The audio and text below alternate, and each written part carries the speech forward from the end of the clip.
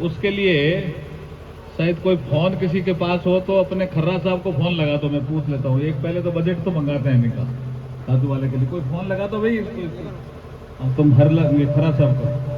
हमारे थान सिंह जी भाटी साहब, अरे एक काम करें, फोन 2 लगाना, ये सुरेश जी रावत साहब का भी लगाना, जल संसाधन मंत्री का भी।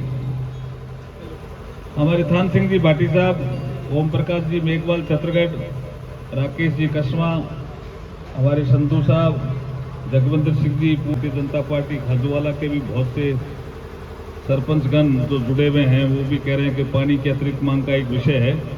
2-3 विषय में टच करूंगा। पहले तो रोड किन किन मदों पे बनती है ये जानकारी अपने को होनी चाहिए, नहीं तो कोई भी जनप्रतिनिधि, जैसे पहले वाले अभी जिक्र किया कि पहले वाले कहते थे हमने बना दी, ये रोड जो अभी आज जिनका हमने उद्घाटन किया, ये CRIF में बनी है, सेंट्रल रोड इंफ्रास्ट्रक्चर फंड। इस फंड में जो रोड बनती है उसका पूरा पैसा मोदी जी भेजते हैं, इसमें कोई राज्य सरकार का भी हिस्सा नहीं है। ये 100% सेंट्रल गवर्नमेंट स्कीम की योजना है, CRIF। पहले इसका नाम CRF होता था, अब ये इंफ्रास्ट्रक्चर का बड़ा फंड बना तो CRIF हो गया। तो दूसरी 2 रोड जिनका आज हम यहाँ उद्घाटन कर रहे हैं वो है PMGSY फेज 3, उसको हम बोलते हैं प्रधानमंत्री ग्राम सड़क योजना, जो कभी अटल जी ने शुरुआत की थी। उसमें भी कांग्रेस का कोई लेना देना नहीं है, ध्यान रखना। ये भी अटल जी ने जब प्रधानमंत्री बने तो उन्होंने कहा गांवों की सड़कें बननी चाहिए, तो एक योजना आई जिसका नाम था प्रधानमंत्री ग्राम सड़क योजना। इस योजना में अब जो पैसे का शेयर है वो 60% भारत सरकार देती है, मतलब मोदी जी की गवर्नमेंट, और 40% राज्य सरकार देती है। तो अगर कोई जनप्रतिनिधि जो कभी कांग्रेस के शासन में मंत्री रहे, अगर इतनी ही जानकारी उनको नहीं हो कि ये रोड मैंने बना दी, भाई पैसा सारा मोदी जी का, आप कैसे बना सकते हो जी? इतना झूठ तो नहीं बोलना चाहिए ना।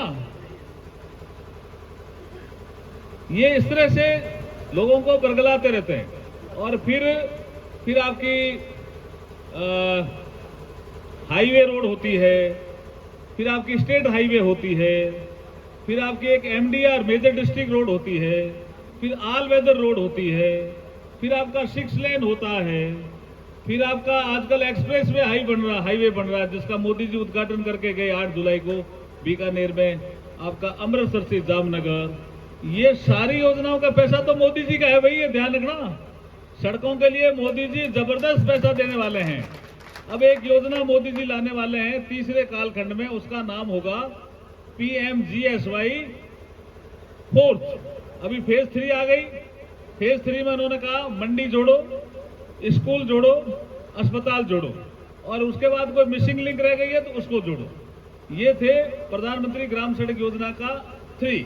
लेकिन अब प्रधानमंत्री PMGSY 4 आएगा, उसमें एक बड़ा काम मोदी जी करने वाले हैं कि कौन कौन से रूट लेंगे। तो प्रधानमंत्री जी ने ऊपर एक बड़े सैटेलाइट छोड़ रखे हैं, तो अब सैटेलाइट से वो जानकारी करेंगे कि कौन से रूट पे आदमी ज्यादा चल रहे हैं, ट्रक ज्यादा चल रहे हैं क्या। अब हम कहने में तो हम कह देंगे भाई ये रोड बनाओ, क्योंकि हमें तो सरपंच साहब ने कहा, लेकिन प्रधानमंत्री जी कहेंगे उसमें ट्रैफिक है कि नहीं है। तो हम क्या करते हैं, अभी तक तो PWD से मांगते हैं।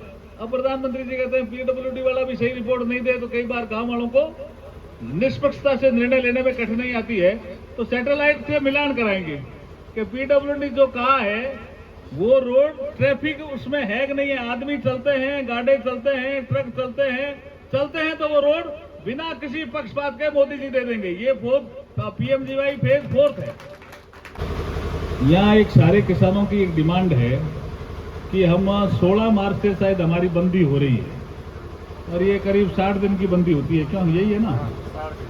और अब 16 मार्च की बंदी को अगर आपने 4-5 दिन आगे नहीं बढ़ाया तो इनको 10 दिन तो इनको अतिरिक्त पानी नहीं मिलेगा। इनकी गेहूं की फसल खड़ी है, और वो अगर खराब हो जाएगी तो अगर फसल खराब हो गई तो फिर इनका इस एरिया के कोई फायदा नहीं होगा। और अपने पास अतिरिक्त पानी है, सरप्लस वाटर है अपने पास। आप बाखड़ा Beas management board BBMB chairman से या तो बात करो, या गजेंद्र सिंह जी शेखावत साहब अपने जल मंत्री है, मैं भी बात करता हूँ। आप किसी एडिशनल चीफ सेक्रेटरी या आपके जो प्रिंसिपल सेक्रेटरी है उनको लगा करके, तो पंजाब के वाटर रिसोर्सेज के सेक्रेटरी है उनको कहो यार आप कुछ एक्स्ट्रा पानी हमारे इस एरिया को दे दो। ये टेल एंड की एरिया है, ये जो नहर में भी टेल एंड का है, तो यहाँ पानी की संकट रहता है। पूरा प्रयास करोगे, मैं कह दूं, जनता बैठी है आपका।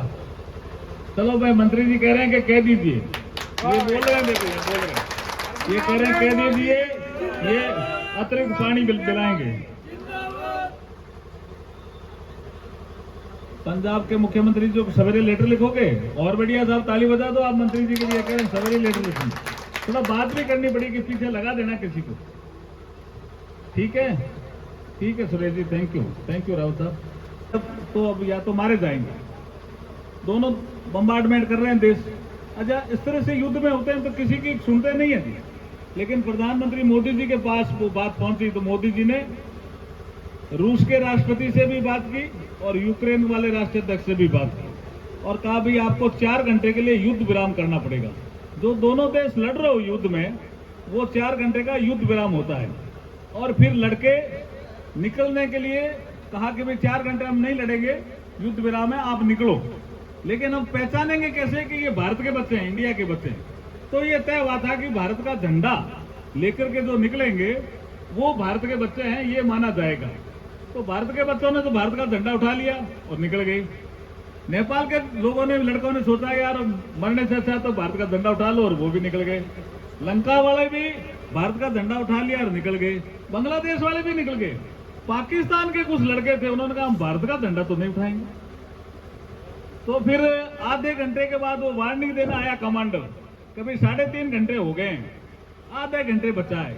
अगर आपको भाई निकलना है तो भारत का ही झंडा लेकर के ही निकलना पड़ेगा, अदरवाइज हम आपकी जान की गारंटी नहीं दे सकते।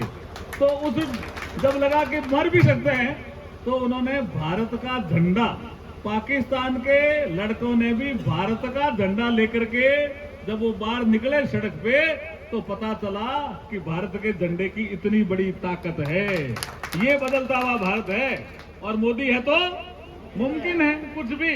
तो ऐसे लोकपाल जी आगे बोलना आप इस तरह से कि कैसे भारत के झंडे की ताकत बढ़ी, वहां भारत के प्रधानमंत्री की ताकत तो बढ़ी ही बढ़ी, युद्ध विराम हुआ, लेकिन भारत के झंडे की भी ताकत अगर युद्ध के मैदान में किसी ने बढ़ाई तो नरेंद्र मोदी जी ने बढ़ाई भाई साहब। उसके लिए आप जोरदार तालियां बजा के स्वागत कर सकते हो। अब देवीलाल जी का कार्यक्रम है, शायद खाना भी। देश के यशस्वी प्रधानमंत्री नरेंद्र भाई मोदी जी को धन्यवाद देना चाहूंगा कि हमारे समाज में जाए जन्मे बीकानेर के लोकप्रिय सांसद और केंद्र में आज कानून मंत्री के रूप में आज जो काम करें पूरे भारतवर्ष में, हमारे बीच में परम आदरणीय अर्जुन राम जी मेघवाल साहब, आज के मुख्य अतिथि इस कार्यक्रम के, महापौर सड़क की आज हमारे बीच में अधिकारी कर्मचारी भी हैं, पीडब्ल्यूडी के करीब 42 करोड़ की रोड,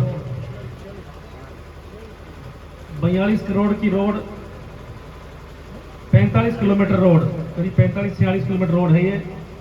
माननीय अर्जुन राम जी आज इसी रोड पे चल के आए हैं। इसकी हालत पिछले काफी समय से खराब थी। हमने निवेदन किया, आपने केंद्र के बजट से इसको स्वीकृति दिलाई, इसके लिए मैं आपका और इस जनता की तरफ से आपका बहुत बहुत आभारी हूँ। आपको बहुत बहुत धन्यवाद माननीय मंत्री महोदय। इसके अलावा भी 2 रोड और भी हैं, एक आवा की रोड है और एक थारूसर की रोड है, वो भी आज इनका भी शिलान्यास हुआ है, उसके लिए भी आपको बहुत बहुत धन्यवाद, बधाई। जोड़म की वास्तव में डबल इंजन की सरकार है। अब की बार आपको पूरा पता चलेगा कि वास्तव में ही डबल इंजन की सरकार है। माननीय मंत्री महोदय से मैं निवेदन करूंगा कि इस बार खाजोड़ा का स्पेशल आप ध्यान रखेंगे, और हम सबको पूरा आशीर्वाद देंगे। ये मैं ऐसी कामना करता हूं कि आप खाजवाड़ा की जितनी भी डिमांड है, चाहे वो राजस्थान सरकार लेवल की हो, चाहे वो केंद्र सरकार लेवल की हो, हम चाहेंगे कि खाजवाड़ा का चहुमुखी विकास हो, बहुत बड़ा इस क्षेत्र में विकास हो और इस जनता को पूरा उसका लाभ मिले।